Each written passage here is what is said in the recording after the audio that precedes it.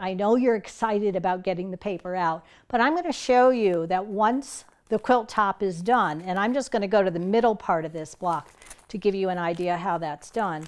Once it's done, you're just going to literally, and if you see with my finger there, I'm just literally pulling against the stitching, and you can see that the paper is just lifting away. So you're just going to tug on the block, and you can see that literally is coming out.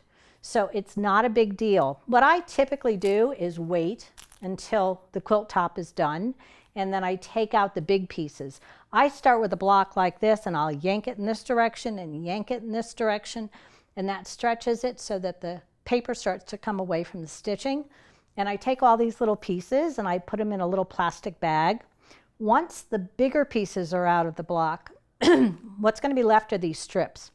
And I find if I take the top outside and give it a shake, they kind of loosen up. And anything that doesn't come out, just take a pair of flat-headed tweezers and pull the strips off and put them inside the bag. Now, if you've got little specks of paper that are left behind, that's fine. It just adds to the warmth of the quilt. You don't need to get every speck of paper out. The rule is if the quilt top's not crinkling, you're fine.